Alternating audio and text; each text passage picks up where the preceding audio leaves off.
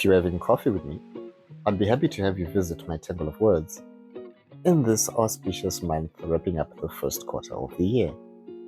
Are your Christmas decorations still up? Can't believe we've only gone 3 months into the new year, considering the state of, well, everything in the world.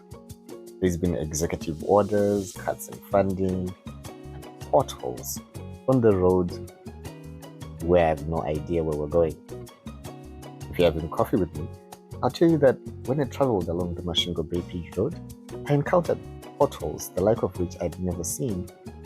The type that could unbuckle your seatbelt and change the radio station to start playing Knocking on Heaven's Door as your tires explode and the car suspension gets wrecked, leaving bits of metal, rubber, and oil on the asphalt. Each pothole tells a tale that sounds like expensive car noises. In Zimbabwe, we're supposed to drive on the left side of the road, but the reality is we drive on what's left of the road, which isn't much. You can't help wondering why they don't just scrape off the tarmac so we stop pretending. If you're having coffee with me, I'll tell you that while navigating a particularly bad stretch of road, we crawled past a car with South African registered plates. The driver waved at us and we waved back and shouted, "Welcome to Zimbabwe." He laughed and we laughed. But I'm sure he did not forget that encounter, nor the first impression of Zimbabwe. Maybe he was an immigrant worker returning home for the holidays, maybe a visitor on holiday. We'll never know. But for a split second, we shared a trauma bond riddled with potholes the size of little graves. Even my uncle, who is one to keep his inclinations to himself, kept muttering below his breath, "We need new leaders." When you experience these types of potholes, you cannot help ask yourself how a major highway that connects countries could get into such a state.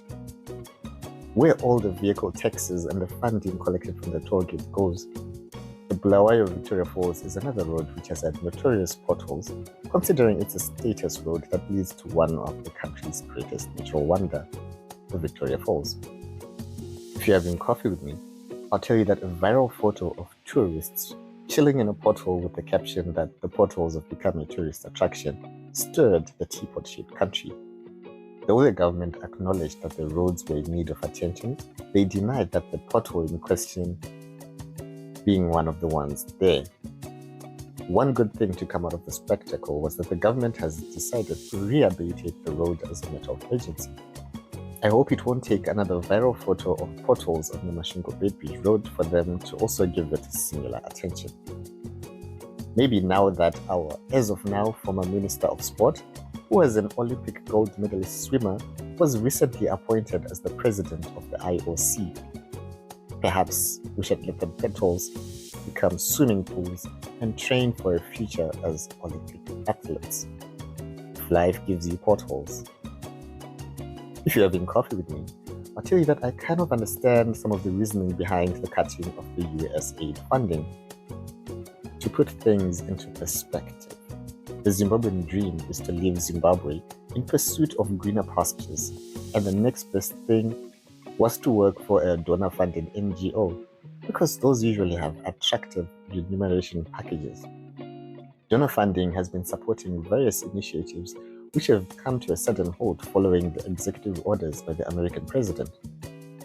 I won't go into my thoughts on how donor funding has been a double-edged sword which creates dependency without actively creating sustainable solutions beyond the funding. It can be used to push certain narratives, or how some of that funding gets misappropriated without making it comprehensively to its intended beneficiaries. If you're having coffee with me, I'll tell you that corruption is like systemic potholes on the country's road to development. That over 40 years after independence, it's as if we're going backwards. Back to war.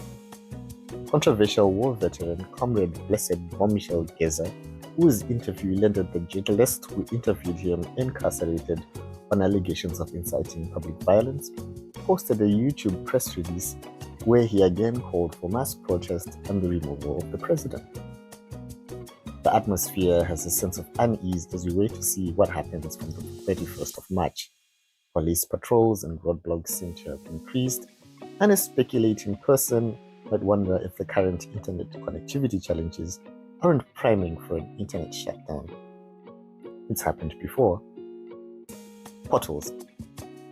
Hey, what's been happening in your neck of the woods?